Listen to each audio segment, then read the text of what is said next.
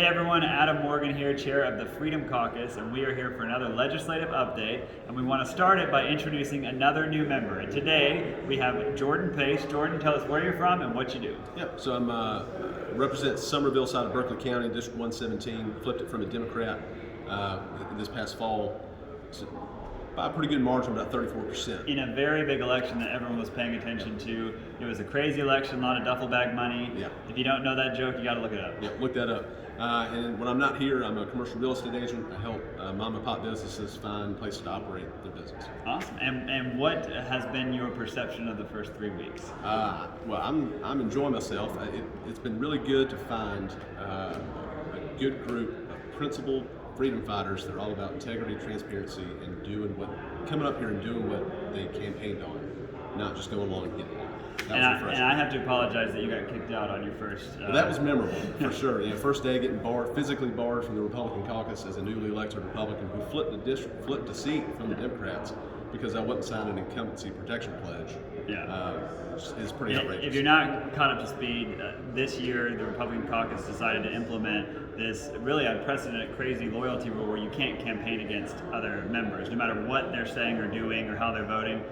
Then they added a signature line, an actual pledge that we have to agree to not do that. We said no, and they literally kicked out almost the entire Freedom Caucus. So I'm so sorry. So many people say they're going to go run and change Columbia, and when they're knocking on doors. And these guys really can say that. They got here and blew up the system in one day, and have already, they're out of the caucus. And just by standing on principle. It's not something we started. It's something that was foisted on us. Hey, go along, get along, and that's not what we do. And there are no other caucuses, Republican or Democrat, that have this kind of crazy Stalinist pledge. Right. So it's got to be, contact your legislator actually. Tell the Republican members they've got to change this rule. It's embarrassing, it's unprecedented. But anyway, we want to get to the legislative stuff. So last week on Thursday, we had a big, really a battle over the ARPA funds. Biden bucks. The Biden bucks. They were coming down. In the past, we opposed that, but we didn't win on that one. So the money's here. We got to allocate it. The plan is to spend it on sewer and infrastructure projects, and also some economic development projects.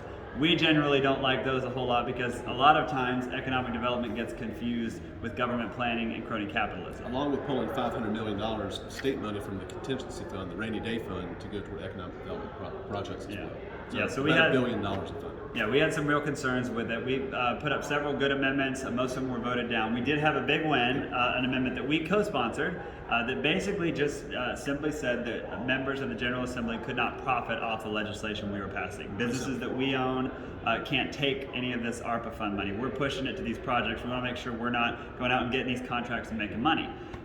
It was hotly debated. You would have thought we threw a grenade in the room, but I'm very happy to say it unanimously passed, and that is now a part of the legislation. So a big win for transparency, a big win for kind of killing some of the crony deals a lot of people have seen in the past.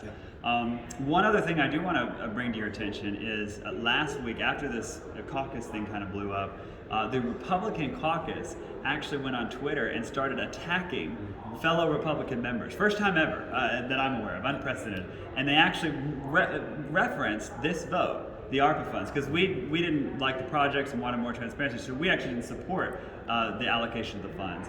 And they went on the attack against conservative members and even threatened to remove funding for projects from the areas that we represent. Right. Which By name, yes, the exact place we're from. And that is a level of corruption that is terrifying. And a lot of us have and still have optimistic ideas about hopefully this being a new day. A lot of conservatives, a supermajority, some more conservative leaders. But now it's a very real fear that we may be heading towards an unprecedented level of corruption from government. If we have a Republican caucus who is willing to make threats like that towards other members. So we're just hoping that was a lapse, that was an intern that would accidentally make something that sounds like a bribe. And but we've got to hold our elected officials and caucuses accountable. Which is why we put up those amendments to try to make those, get better oversight, better transparency on that ARPA money. Those Biden bucks, no single Republican in Congress voted for those Biden bucks when they sent it down here. Not a single. Our whole Republican delegation was against it, and then the Republican caucus is attacking us for also being against it, and it's just unprecedented. So they went with the Democrats on it, tried to attack us, and it's sad. But here's the thing: we're going to keep fighting.